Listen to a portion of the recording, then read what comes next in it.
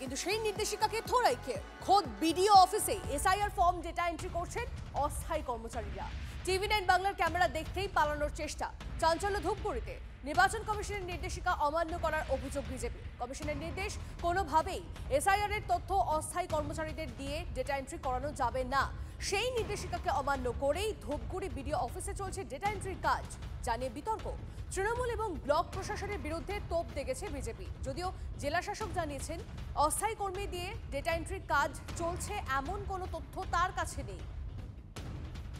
কি কাজ করছেন আপনারা? কি কাজ করছেন এই এসআইআর এর ফর্ম নিয়ে?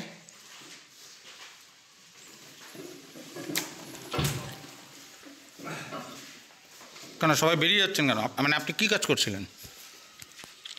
বিডিও অফিসের ভেতরে ডাটা এন্ট্রি করছে এসআইআর ফর্ম অস্থায়ী কর্মচারীরা, এটা কি পারে? আপনি তো আধিকারিক, মানে মুখ ঢাকলে কিন্তু নির্বাচন কমিশনের নির্দেশকে মানে ভায়োলেট করা থেকে আটকাতে পারবেন না। না না, করছে কি তারা? পারে এটা?